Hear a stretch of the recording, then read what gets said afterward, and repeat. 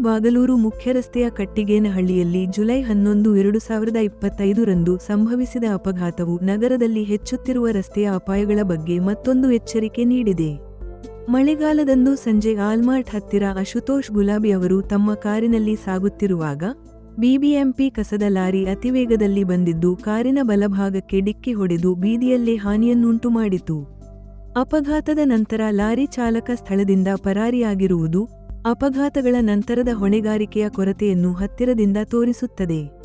ಈ ಘಟನೆ ಹಿನ್ನೆಲೆಯಲ್ಲಿ ಯಲಹಂಕ ಸಂಚಾರಿ ಪೊಲೀಸರು ಪ್ರಕರಣ ದಾಖಲಿಸಿಕೊಂಡು ತನಿಖೆ ಆರಂಭಿಸಿದ್ದಾರೆ.